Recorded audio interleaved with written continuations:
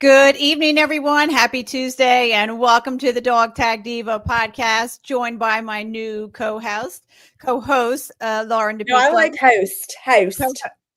Your host. See, we need to No, get you. you were like host. You said it like a Tennessee Southerner. I don't know where this accent came from tonight. So welcome, everyone. Happy Tuesday. And tonight we're going to have, some great conversation, pass out some great information as well. And Lauren has graciously agreed to kind of share more of herself this evening. So I'm excited about talk about your nursing service and your military service and life on the rock, as you called it in Guantanamo Bay, Gitmo, as the, us service members call it. So yes, how are you this evening? I'm good. I am, as always, incredibly overwhelmed and overstimulated, but I'm running on Bluey episodes, caffeine, and chaos, so we're good. We're good. But no, how are you doing? Good. You are a busy mom of two, and it feels like just yesterday I saw you, but it really was only legitimately like a few days ago that I saw you. It was only like less than a week. I saw you last Friday, so yeah, you posted a picture of me with Sophie, and I was like, oh, it's kind of a cute picture, but in the back of my head, I was like, oh, girl, I look old. No, you don't.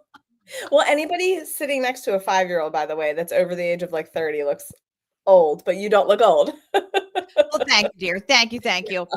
So tonight we're going to be talking about military service. We're going to be talking about resilience and ethics and mental health and leadership and all the important things. So why don't you kind of start us off this evening with talking about, your nursing career and how you segued into the military? All right. So I have been a nurse for slightly over 16 years. I've dabbled in psych for the first few years, which wasn't for me. I have enough crazy going on. I don't need to help others that are crazy. No, I'm kidding. But I've done ER. That was my stomping ground for a while. Then I did ICU. No, didn't like it. I don't like the same patient for 12 hours in a row. I did PACU, which I really, really loved. And I hung my hat there for a while. And then I randomly, when we were stationed in Long Island, I stumbled across GI. I don't even remember. Oh, the owner of my daughter's daycare was like, "Are you a nurse?" And I was like, "I am." Why? And he was like, so my best friend owns a GI center. And I'm like, that's random. And he was like, "Are you looking for a job?" I was like, "Well, I'm a nurse. Most nurses always are. So yeah, like we're pretty much always unhappy somewhere." So I stumbled into GI and fell in love. And I've been in GI now the last 4.5, 5 years. But before all of that, I was 2 years into nursing when I joined the military. And at the time I was still in psych. I was in women's health part-time and psych part-time. I had 3 different jobs, and the main one was women's health with psych on the side. So when I joined as a psych nurse, which, whew, man, that is a lofty bag to unpack when you're there. But I actually joined because, I told you I'd be vulnerable. So I joined because at the time, and as you know, I had just had a relationship that ended with somebody that had came back from Iraq just completely broken. And I compare it to like this. He died in Iraq, like his soul died in Iraq, and his body came back with something different rattling around inside. And I still wanted to work with it, but it was not healthy for either of us. It was very toxic. This is not therapy. We're not going to unpack that bag, but it was a lot. And we parted ways. And about 6 months after we parted ways, I kept thinking about joining. And finally I was like, you know what? I'm just going to do it. Like, I don't ever half-ass anything. So I'm just going to do it. And one of the CRNAs I worked with, I was in PACU. One of the CRNAs I worked with, she was like, she was a commander actually in our det where we met. And she was like, I retired a couple months back. I would love to mentor you and have you go in and da-da-da-da. And I'm like, all right, I guess I'll go Navy because I saw what the Army did to that mother over there. So, So yeah, Army's out. I don't really want to tango with the Marines, and I don't feel like a chair force person right now. So let me do the Navy.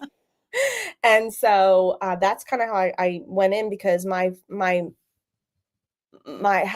trajectory and my mind thought, and like my thought process, I mean, was nobody helped us when we were in the throes of all that PTSD and then the secondary trauma it caused me from what, because I walked in on him trying to kill himself.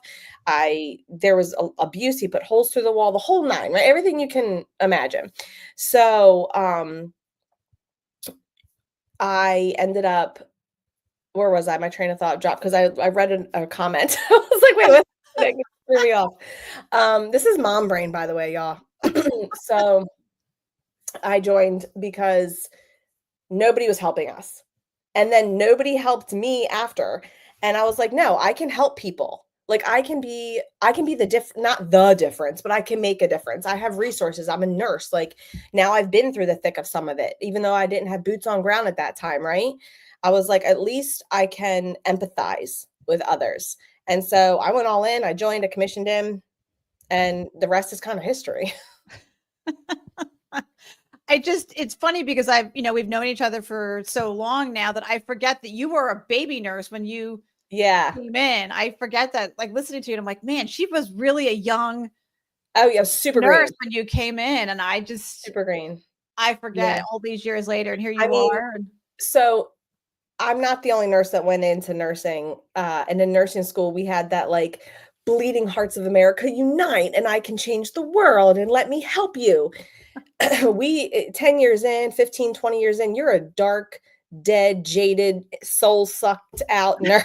Like we're done. Like Salty. I'm like so salty, like we're good. I'm keep moving. But yeah, that was super green. And it was good though. I mean, you came in, and I don't remember. I mean, I kind of remember like our initial interactions, but it's I actually when do. You post things about our initial interaction, and I can kind of remember like how new you were and how I don't think like, and I didn't care, but like you were like on my phone, like either calling me, texting me, and I was like, Lord Jesus. Yeah. Well, so now that you know me, number one, I'm a perfectionist. I don't like, and like I believe there's gray in every black and white scenario, right? Right. But I knew going in, I was like, I can't F this up. And I need to give it my all. And I've got to be 100. And I have no idea what I don't know. And I'm gonna look like a tard. So I was like, I need to get my life together. And you were so not like the mom, because like we don't have that relationship, but you were like very nurturing and like, let me help you adjust your crown and empower you to be a better sailor, even though you don't know what that looks like yet. Right. Like to the point where I was like, I'm at the PX. I don't even think I called it that. I was like, I'm at the store. And you were like, what? Like, what's store? Like, I don't know. There's uniforms. And you're like, you're at the PX. I'm like, yeah, that place. I'm here. Like, what do I buy? And you started rattling stuff off. And I was like, wait, how much am I going to spend? And you're like, your whole paycheck. Yeah. Just because it was like 5 uniforms. You were like, prep for DCO. Blah, blah, blah. I'm like, I say, what's that mean? Like, girl, you were what every junior sailor needed. And you were kind of when I was no longer super green, I was like, I wanted to emulate that, because not enough people have that mentorship and leadership, and they end up lost and then getting out because they didn't have it, or they end up a shitbag sailor because no one ever guided them, and that's in every department, or whether you're talking civilian or military. That's every branch and every nursing floor I've ever been on as well. So. Well, right. And when I got in, there wasn't a lot of female officers, so we didn't, there were a lot of men, and we got a little. There were several of us who started at the same time, and there was some mentorship. But if I knew then what I know now, so I'm that person. It's like the new person that goes, "Oh, new people, come over here and let's get you out of the fire, so we can kind of get you squared away before you because I had some struggles because I was kind of mentored, but not in the way that I wanted to be. So that was okay. Well, we have new people in. Okay, let me treat them how I wanted to be treated, so that we can kind of maybe start off on the same on the same Yeah. foot. And here we are, 12-ish years later, and we're I like, joined in 11, 14 years yeah, later. wow. See, time flies Yeah. when you're having fun. Right. Oh, sure. Some of that wasn't, but yeah. We'll go with that. We'll go with that one. But we just really clicked and have been like Oh, yeah. sisters from like day one, and it's just been Yeah. like the best ever of like, Yeah, and you I were gotta like my tell first you, real battle buddy, and it's you just were my first call when because I was at work when I got the call, but you were my first call when I found that I was getting moved and I got like left work. And you were my first call after like so many other things that were huge after that. And even though I had best friends that were not military and best friends before I met you, and I still have most of those same best friends, it's different. And they don't judge me either, but it's a different type of like when I call you, whether I'm cussing, screaming, crying, silent. Usually the silence scares you the most. But you people like you, people like we approach it in a different way. And I know that's what I need in those big moments. Like when I got engaged, that was like a lovey-dovey moment, and I don't usually have them. My first call was my mom. But, like, to my friends, I called you and I was like, so I'm doing it, like, we gonna do this. So, like, you were my like, for all the big things, whether it's something I'm, like, not sure of or something I'm scared of or something traumatic, like, that like, in Nashville, when that big thing happened with one of my jobs, I called you sobbing. Like, it was just so I gotta tell you, every day I've been grateful that that I met you and that you took me under your wing. oh, it's because we love each other. Yes. So,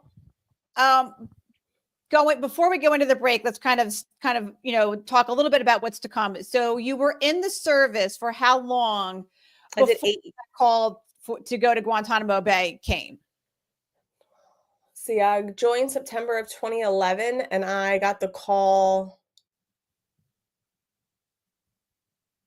March or April of 2013 and shipped out September of 13. Yeah, so it was only a couple years that Yeah, you and were in. I still like so much I didn't know at that point, which is super common for especially enlisted, that's super common. But I volunteered for that deployment.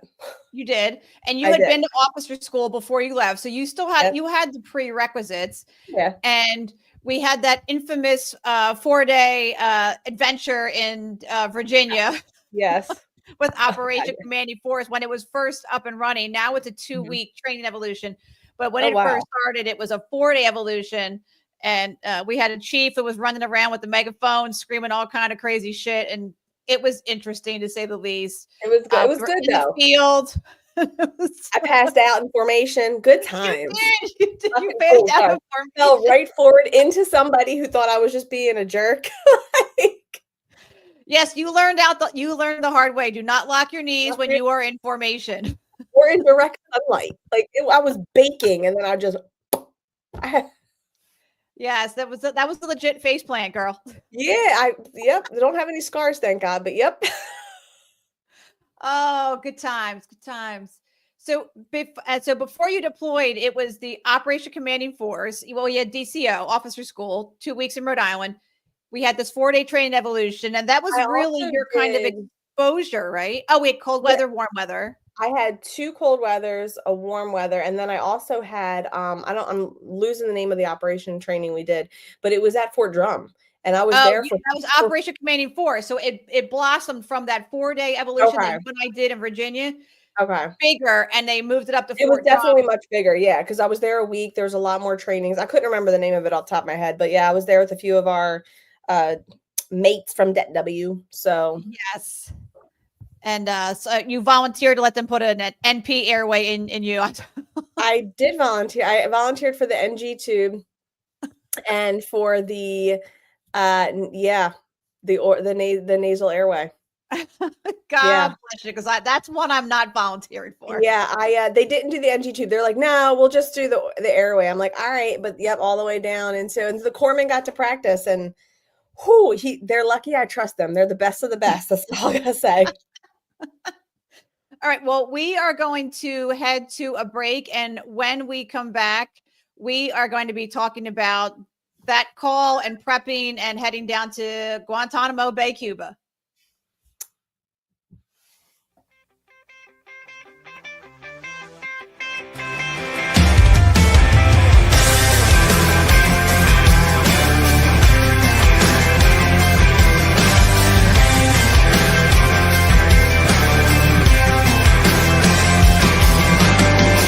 Still see the spray painted stop sign when I roll down 79. The drag marks behind that mini mart ain't faded after all this time. Every mad guy from Georgia to California's got a boy with a rebel heart. Stories in every small town scar that by a good old boy taking it way too far.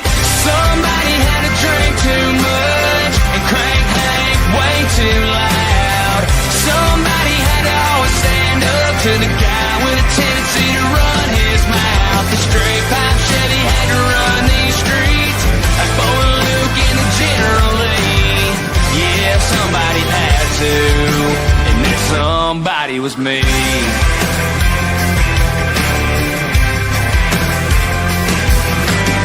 There's still ruts on Ridge Hill Road, and muddy cans we tossed out the window. String bikini on a limb by a swimming hole. That's a story that'll never be told.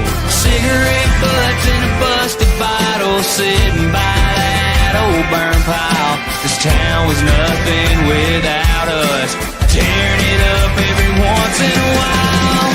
Somebody had to drink too much and crank Hank way too loud. Somebody had to always stand up to the guy with a tendency to run his mouth. The straight pipe Chevy had to run these streets like Bo and Luke in the General Lee. Yeah, somebody had to, and that somebody was me.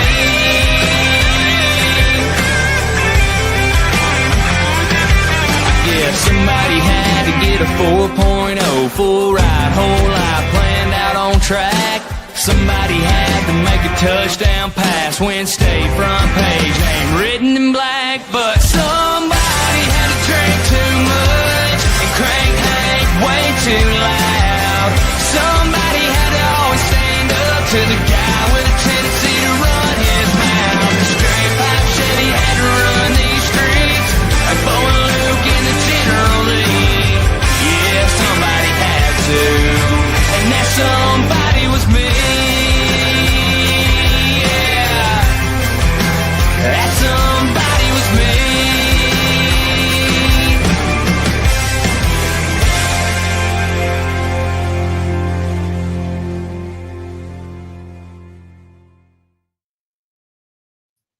And we're back. And before the break, we were talking about Lauren's assignment to Guantanamo Bay, Cuba. And you said that you volunteered. So what was it about this particular mission that made you volunteer to go down there? I actually had no idea what I was volunteering for. So they put out, you know how we used to get the emails like flooding, these are the options. And I read through them and I was like, I don't even know left from right on any of these, but I'm just going to say, hey, you can take me for whatever.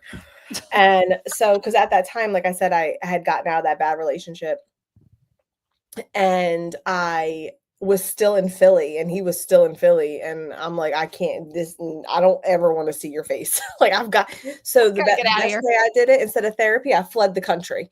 And so I was like, I don't need to talk about it. Totally healthy. I just need to leave. So I volunteered and, yeah, they called me. Like I said, it was like March. It was 6 months literally to the day before I was going to be moving. And I was standing at work. I was in the nurse's station watching a monitor. I was in the ER and I was watching somebody go in and out of AFib. And I'm like, what is happening?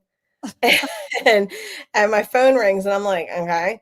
But it said NOSC on it. And I'm like, oh no. So I was like, hey, I got to take this real quick. And so I ran to the med room like everybody else does. Right. It was a plan. I'm like, hello. And it was like the most formal, awkward phone call.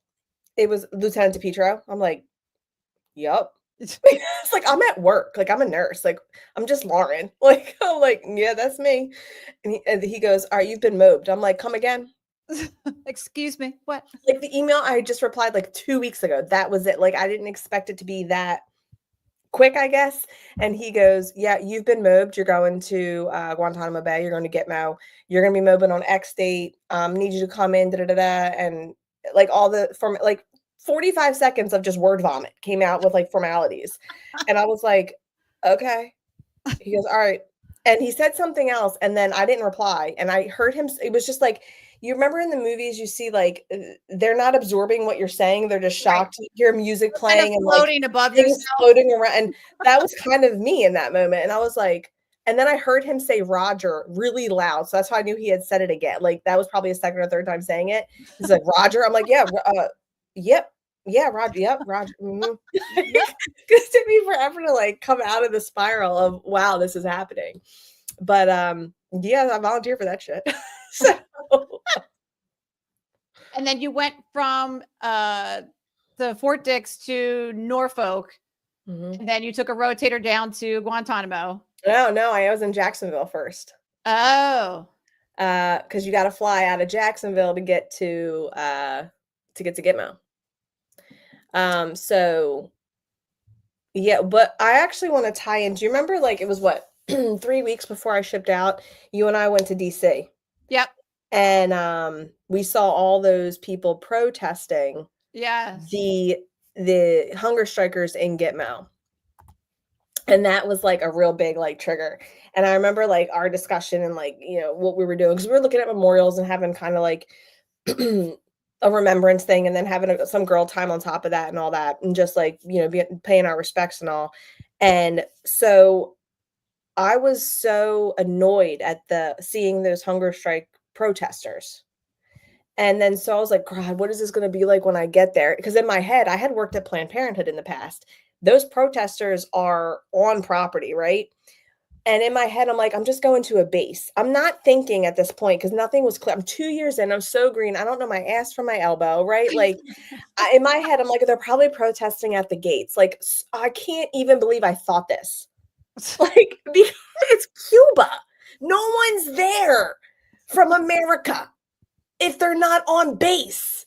And like, I was just so stupid. So I was like, God, I'm gonna have to deal with these people again. I'm not gonna be allowed to hit them this time. Like, what the hell? Like,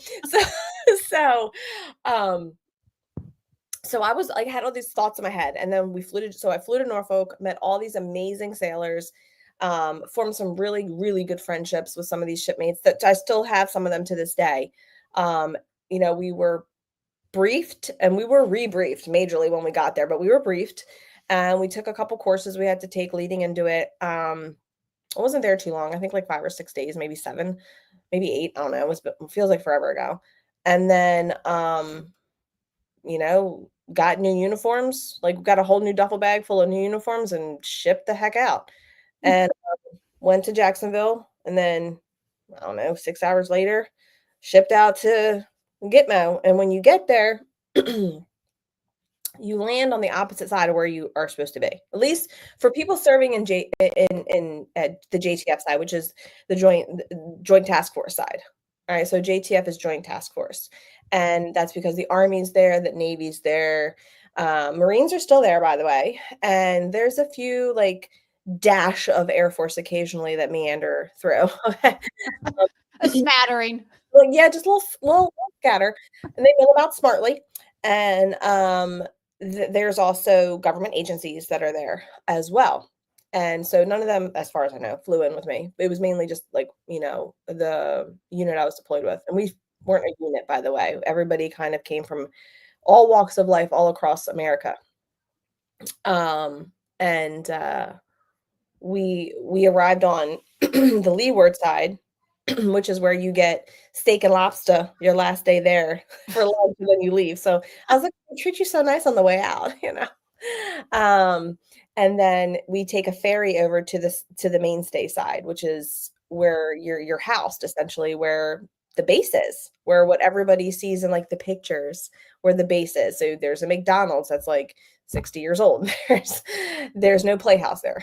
There is a Next. There is scuba shops because you can go scuba diving. There is two outdoor movie theaters, which is amazing. There's a bowling alley. It's a base. but it's an awesome base. And I've missed it since I've left. It's odd to say that the place I felt safest in my life was where there was terrorists. But Maine Stateside is also not where the detainees or the detention hospital, BHU, which is behavioral health unit, or the camps are.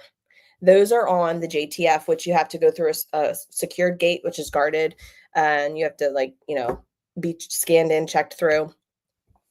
And that's actually where some of the enlisted, not all, but some of the enlisted, mainly the ones that work the camps, like day in and day out on shift work, not like admin or something like that, they birth there. So unfortunately, that way they can never be late for work. So thoughtful. So they're housed there. Meanwhile, the officers and some of the senior enlisted and some of the junior enlisted, just not many of them, are on the mainstay side. Sorry, wrong button. It's okay. I was like, oh, hey. So how long from like the time that you arrived on that side to like when you started your first shift? Arrived, we were in Tent City for 2 weeks before we could go into our housing, which was, that was fun. So like literally in tents, like the big tents where like multiple people. Yeah, like where you would be like Tent City, like how it's set up in like a fob. Gotcha. Okay. So yeah, it was just tents with just 8 beds, women, obviously. We were separated by picnic tables, the men and women. It was like 4 tents, like 9 picnic tables, a smokehouse if you wanted to smoke, and then across was like the 8 or however many tents for the men. But they kept those tents because I don't even know if I'm allowed to say some of this stuff, because that's where the reporters stayed. So if you gain access to Gitmo as a reporter and you're doing like your little story on what's going on there, you get to stay in Tent City. And you get nice. You're not put up in a hotel. You get to see what it's like. You get to see what it's like to be us. The only thing is we're there. We're showering there. We're shooting the shit there at the picnic table. So you have to literally tread super lightly, because if they walk behind you hearing about your shift, or if they're in the shower, or if I'm in the head, there's no door. It's a shower curtain. On some of them, fun. The rest of them, there's no curtain at all. It's like every 4 have a curtain. Like you're just I don't know if we were just missing shower curtains the year I was there, or what was going on, pre-COVID issues. I'm not sure, but or maybe it fell off the barge and there just wasn't any privacy things that came in. But yeah, like every 3rd door had a curtain, so you tried to get that door, especially if you had to poop. But it was like a hole in the ground. You kind of just hovered. But these guys this is where they would go. And there were sinks and there was soap and there were showers, but the toilets were something to write home about. And why were you in Tent City for 2 weeks before you moved into housing? The wave that we replaced was still there because they had to train you. And then they check out and Tent City moves into the housing. So you just needed to do turnover then. Right. What sucks is that that's how it always been. But my wave was like, oh, let's be really nice. And the new wave that comes in, they get to go right to our house. So we'll go back to Tent City. I'm like, why do I have to spend more time in Tent City? I mean, it is what it is. But so, yeah, the reporters are there. So you have to tread lightly, which was interesting because everything's so new. You're like, God, I can't even talk to you about how shift went. Right. But I hit the ground running after day 4. So you arrive the next morning, briefing starts. You're briefed for 3 or 4 days, and then your schedule's given to you on day 4. And I was scheduled for that night. So I was on night shift. I did night shift. So it's 2 on, 2 off, 3 on, 3 off, which was really nice for you to get your bearings together, you weren't overwhelmed all the time. But I don't know if it was like that for everybody. That's just what our CO did for us. And you worked night shift the entire time? Like you didn't swap or anything? No, I actually chose, because I was a night shift nurse in the ER back home. I'm like, just keep me. I'm good. Thanks. Yeah. So. Interesting, because when I was deployed to Afghanistan, we swapped halfway through the rotation. If you started out on one, you flip to the other halfway. And they did do that. But if you had a preference, and it was, most people prefer day shift. So the fact that I was like, just keep me on nights, it's cool. They were like, awesome. That now you just made someone really happy. Oh yeah. But I'm like, you can have my night shift. Thank you. yeah. One thing I did want to share, and you had sent me like some interview questions. I'm not sure where we're going with any of this. So I may be gun decking this, but when we were being briefed, because like I said, we were briefed in Portsmouth, and then we came to Island the Rock. I was always like, it's just a freaking rock, because there's no real beaches on that. At least the Marines found Guantanamo Bay, so it's not the prettiest part in Cuba, because the Marines are the ones that found it. You know what I'm saying? Like, so We love you, Marines. Just so love you know. y'all, but man, y'all got a bad idea of what a vacation is supposed to be like. So it's just all rocky. So I always called it the Rock. But on day 3, I think it was like our last big brief before like our CO came in and chatted with us and got us ready to like hit the ground. It was the chaplain came in, and the chaplain was like, he said a lot of things. I don't even know if I heard it all, to be honest with you, because you're kind of on overload. And but the thing that stuck out to me that I remember to this day, what is it now, 13 years later or whatever, he was like, do not love them, do not hate them. And I'm like, what is this philosophical BS he's talking about? Like, none of it made sense to me, right? And finally it made sense when I laughed at one of the detainees' jokes he was telling me during an e-feed. And I was like, because I always attribute, if I'm laughing at someone's joke, it probably means I like you. Or, I mean, not necessarily, right? But like, I'm giving you an opening. Right. So it was actually funny. And I don't remember it all now. It was about, I don't even remember. Anyway. And most of us actually laughed. A couple people like chuckled because they were too hardcore because they're Army to laugh. So God forbid. But I laughed, and then immediately I was like, oh my God. And it still kind of haunts me because I don't know how I'm supposed to feel about that. And then the don't hate part is easy, right? They hate us. Many of them would, given the chance, would kill us. Right. Not all of them, but many of them.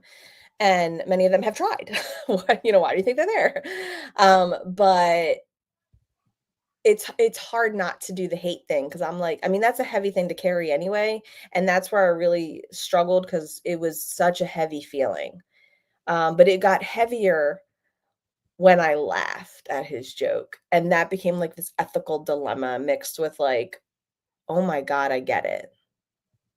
And that's probably the biggest thing there. Like, yeah, the medical, like, I'm a nurse. I know all this, like the medical stuff is second nature. I'm doing my job. But as a nurse, you're human and you do humane things. And when you're talking to your patients, whether they're 5, 15, 55, or 95. But they aren't necessarily my patients. They are detainees. You're not allowed to call them prisoners. They are detainees. And they're there for a way different reason than our patients are in a hospital. So it was tricky, to say the least. But one of my interview questions I'm always asked, I don't know if you're asked this, if you ever interview for a job, they're like, so what's an ethical decision? Da, da, da, da. And you're like, oh, now I'm like, oh, bitch, I got a story for you. I ain't got no problems with ethical issues. I'm going to tell you what. Like, so now I'm like, I'm good. Yeah, I do find that in interviews, I will answer like 1 or 2 of their questions with an experience from my deployment. And so it does, and you and I have kind of talked about our deployments and kind of like compare and contrast, to your environment. Like you had the beach and you had a pool and you had bars, like you had, so the environment around you was okay, but the work was a struggle because of who you were dealing with, as opposed to myself, or like we had nothing around us, but I felt like the work was I guess I felt more fulfilled in the work that I was doing because I was caring for civilians and military service members. And I would have cared for the Taliban members had they come in, but during my rotation, they did not. And we've, so I do think it's interesting, and I really appreciate where, the comment about, the words that you've shared with the chaplain and how that made you feel. I want to talk more about this. We're going to take a quick break. Before we go to break, I do want to report that we have an Amber Alert out. We have a 14-year-old young lady, Olivia Hanson, missing in Milwaukee, Wisconsin, last seen Thursday evening at 8:30 near 88th Street and Vienna Avenue. Again, this is in Milwaukee, Wisconsin. She was in for treatment at Lad Lake St. Rose campus, and she left the facility with another individual. That person returned, and she has not. She's 5'3" tall. She's 150 to 170 pounds, brown hair, brown eyes. Last seen wearing a black hoodie, black pants, and red tennis shoes. So if you have any information regarding this young lady, please help us find her. You can contact the Milwaukee Police Department at 414-935-7272. And then we will be back after the break.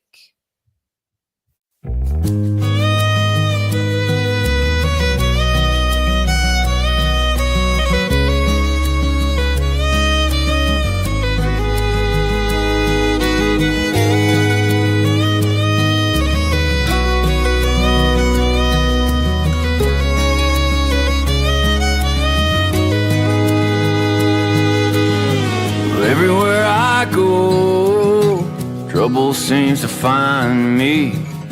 There ain't no place that I fit in. Raised in the backwoods, and just like him, oh, I'm a fighting man. Well, I was born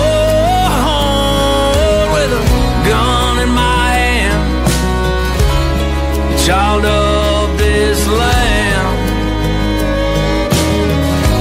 Lord, please save me from my sins. Out here howling in the wind. Look to the west, see your sunset. Someday kneel at the pew. This old wasteland, it is my land. Around here I do what I want to do. Well, I was born with a gun in my hand, child of this land. Lord, please save me from my sins. Out here howling in the wind.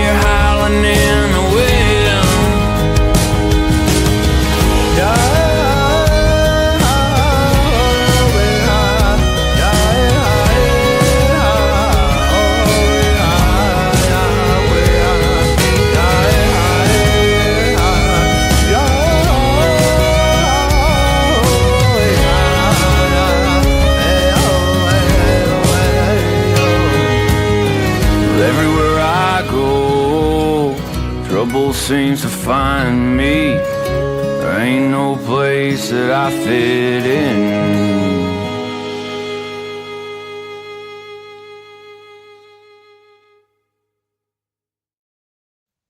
And we're back. Before the break, we were talking about life on the rock in Guantanamo Bay, Cuba, where Lauren was deployed back in 2013, right? Into 14, yeah. Because you deployed and then you took your 6 months of AA post-deployment. And by the time you came back to drilling, I was gone to Afghanistan. Yeah. I mean, I saw you before you left, but yeah. Yeah. And then while I was away, then you got out and I was very sad. Yeah. Well, I didn't get out. I went IRR. Right. just so I could finish my master's without Pulling your hair boys out. club being an asshole to me. Yeah, it was a lot. Yeah. So to get back to your time in Guantanamo, so what were those first couple weeks like for you as you acclimated to a new environment, new people, and new patients, quote unquote, with the detainees? So I'll give you like the happy part. The weather was amazing. That's awesome. I mean, like, I mean, even nights were so nice. You could be in like capris, if you had them. I don't know, cut off your uniform pant legs, maybe you got shorts, whatever. But like, it was beautiful weather. And your off days were great. So I think they did it that way so you didn't burn out your first like week or 4 weeks there because of who you were working with. So I think our schedule was set up intentionally, and I think that was a good thing. Because there were days I was like, I can't do this. You know what I mean? Like, it's like, all right, one more day and then I got 2 days off, we'll be okay. But it was as nice as the weather was, like it was hard to acclimate because think about nursing in everyday life, right? You arrive at the hospital, or wherever you work, you clock in, you start your day. All right, you clock out, you go to lunch, whatever. Like it's very just free, right? So to get to even the camps, which there's a couple camps, and then there's a camp that houses the detention hospital and the behavioral health unit, and they're like combined by like a walkway. And you have to go through the gate that's guarded by the Army that scans to make sure you even should be on JTF side to start. Okay, so you can't even get to that part of the base without permission. Okay. Did you walk? You rode a bike? They shuttled you rode over? So I lived in with all the officers, right? So I had a house I shared with 3 women. You had to be an O1 and O2 to share a house. If you were an O3, you shared a house, but only with one other person. O3 and above only shared with one person. O1, O2, they shared with 3. It was a house for 4. So I was an O2. I was Lieutenant JJ. And I had 3 other women in my house, and we each had our own bedrooms, which I mean, like I cannot complain. Okay. Tent City was what it was, but that house, having your own room to retrieve to, doing that was awesome. I cannot complain about that. And we shared the common quarters, kitchen, whatever. We even had a laundry in our house. So it's a base. Like I can't bitch. Like I was on a base. So we had 2 vehicles assigned to our the loop we were in. Windward Loop is the name of like where all the officers were. And it was like a 18-person van, and then I think there was something, I don't remember. I was always in the 18-person van though. And so you knew that week who was driving, or that day who was driving. You had the keys assigned to you, and you drove everybody to chow, and then you drove everybody into camp. Park the car in the parking lot at camp, and you all disperse wherever you're supposed to be going. So you have to be given permission, like I said, to get to JTF. And then you go to the camp you're assigned to for your shift, and you are wanded in. And it's like, it's the most bizarre thing at first to be let into a prison gate. Now, I'm sure correction officers, this is like every day for them, but this is not most days for nurses. So you walk in, they let you in, they tell you to spread your legs because they're wanding you. So it was like flashbacks to MEPS. And I was like, oh, what? Like the first time I said, you want me to do what? Like, Excuse me? I work in Trenton, I'm from Philly. I will punch you in the face. I'll stab you. Right. I was like, well, no weapons there, you know what I mean? But I'll figure something out. And I was like, so they're like, well, spread your legs, open your arms, and so, but it became second nature. You walked in, you just arms out, legs apart, like you're in the middle of a jumping jack, right? Like head straight, and they're just wanding you up and down in your crotch, around and around, because you can't take anything in. They're searching your bag like they're the freaking TSA. And because like I always had my bag because I was in my master's program, so I was studying. So I brought stuff with me to, whether it was to read or whatever, because it's night shift. There is some downtime. These people aren't there. Some of them are deliberately awake all night just with you, but like the rest are sleeping for the most part, through some of the time throughout. So you're wanded, you're let in, you follow the trail to wherever it is on the camp you go to. And almost, if you're on night shift, depending on the time of day, you walk in and within hours you're hearing prayer call. and it just echoes in these concrete buildings. And it is the most haunting thing that if you've heard it, it's haunting. Yeah, that's a trigger for sure. Yeah. And I remember the first time I heard it, I was like, it was the most odd reflex I ever had. Like nothing was incoming. I don't know why I ducked, but it just like sent a shiver the first time I heard it. I was like, oh my God, what is happening? And the person that was training me, he like laughed at me and he's like, oh, I'm like, because you had the same reaction, I'm sure, maybe not as dramatic, but you're a white boy from freaking like Illinois. You heard it the first time you didn't know what that was before you came here. Like, come on, like, so, they train you and they kind of, you have 2 weeks to be completely sufficient to do this job with no guidance. And the nursing part's easy. It's everything else mentally you have to overcome. And it's the fact that these people fight you to do some of your job. And that is like, I mean, coming from the ER, people would fight you to put an IV in if they're, combative or, and anybody that's a nurse knows sometimes there's a lot goes into that. But these people really want to hurt you. They're not just batshit crazy. They want to hurt you. And they hate white women and they hate Americans. So it was a lot. And so the mental load was taxing because you're on guard. And that's draining, but you're on guard 24/7.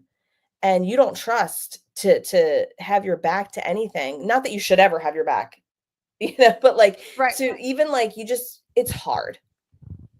So the first few weeks was adjustment is a good word to use. It was an adjustment. So I don't know how else to explain that. And for people who have never been there or don't know anyone who's been there, you did not have your name on the name tag. You had correct. That was another thing that was cell block name. Yeah. So we were given block names. The Army had block names. Navy had block names. Army went by numbers. So it was actually kind of sad because you almost were reminded of like the Holocaust where the Jews were branded with numbers and or like stars and all that. So they were like 9694443. You're like, what the hell is that? Your zip code or like what? Or is like it's too complicated. And it was like, I'll never remember your number. So hey, you dude, come here. Sergeant, come here. Like I'll never know what number. I'll never remember that. We were given block names that was way better because the Navy, go Navy, is much more colorful. So our wave was the most popular cities in America. And as long as you weren't actually from that city, that was your block name. We had somebody came up, they got the name Baltimore. They were really from Baltimore. They were like, whoa, no. And they swapped it with somebody else. But like you had to sign, this is my name for the next 7 months. And you signed for your name. Literally, my real name, Lauren, signed for my block name. I'm not saying my block name because I don't need people to know. So, I mean, they called me Princess. That's all I'll say. My block name was not Princess, but that's what everyone just started calling me. They were just calling me Princess. And so it was weird getting used to, Lieutenant, insert my block name, right? Right. Because I'm like, who are they talking to? I'm the only person here that's a lieutenant. And so that was a lot. And then when I got home, I almost didn't ever answer to Lauren the first couple weeks. Because I'm like, it's like a weird identity crisis.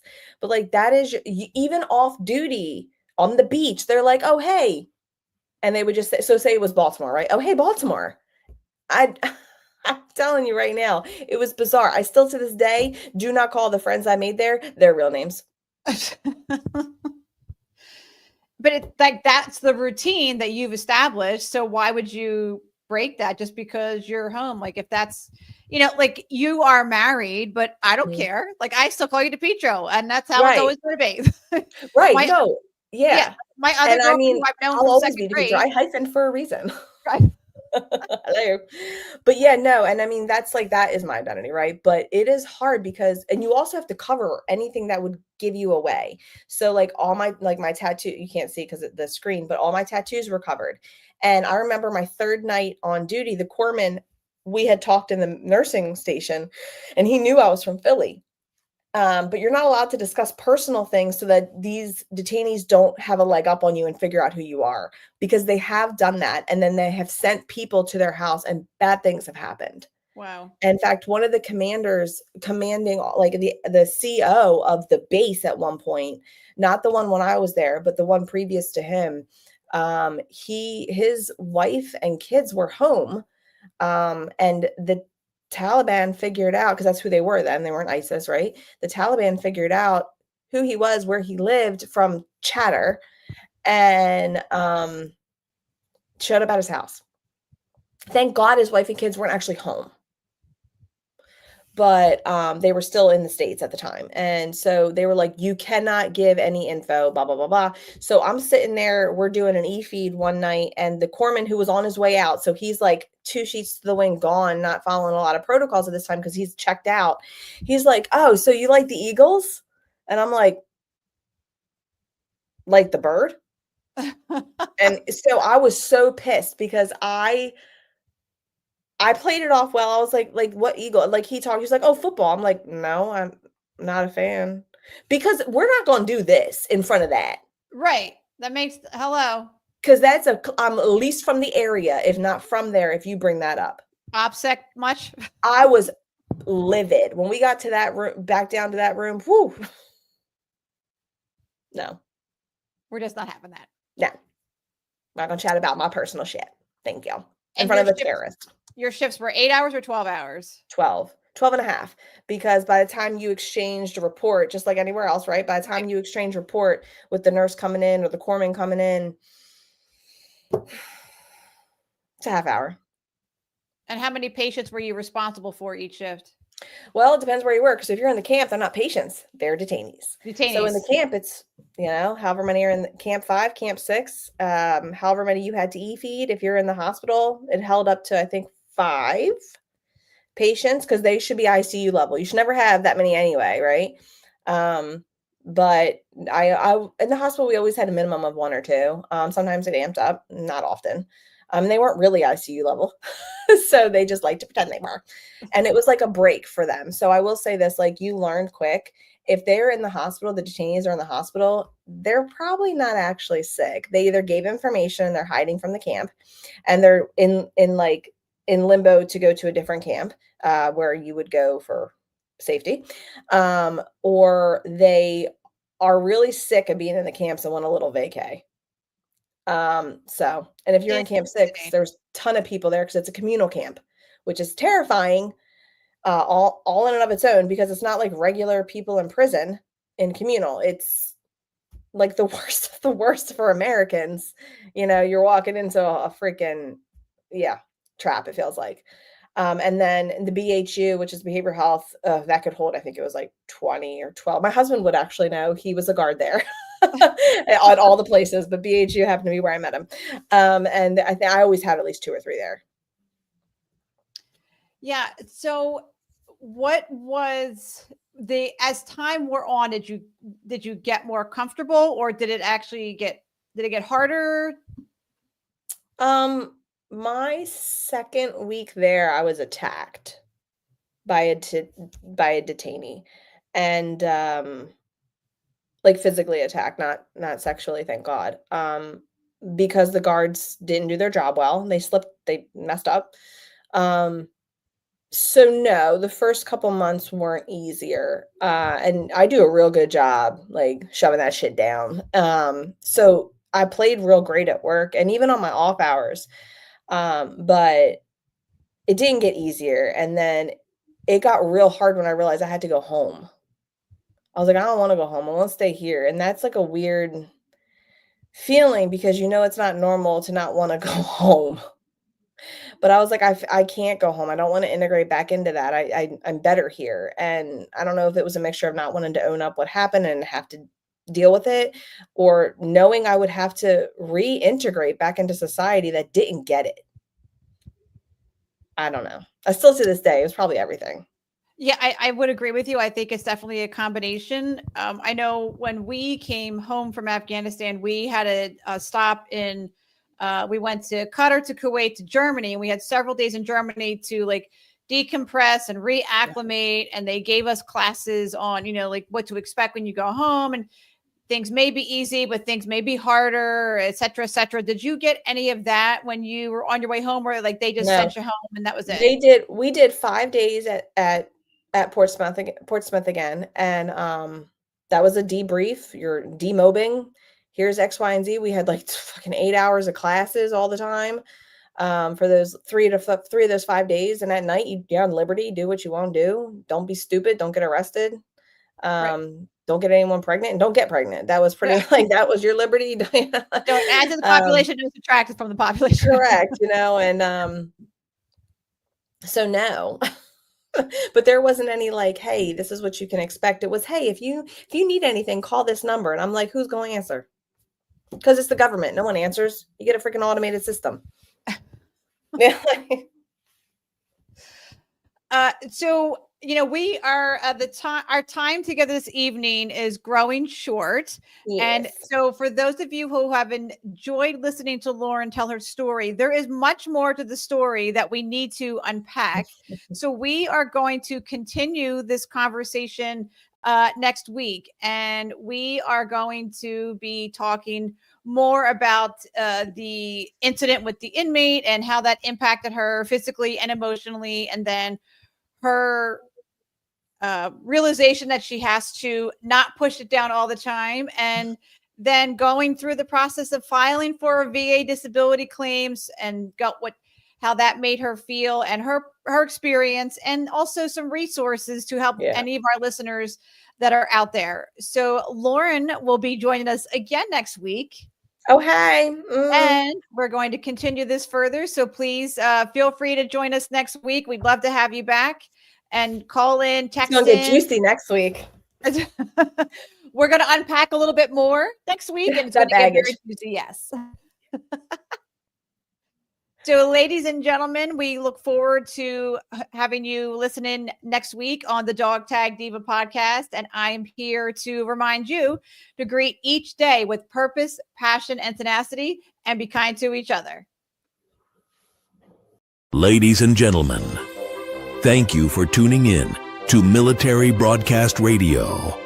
As we wrap up today's show, we want to remind you that the podcast of today's episode will be available right after we go off the air.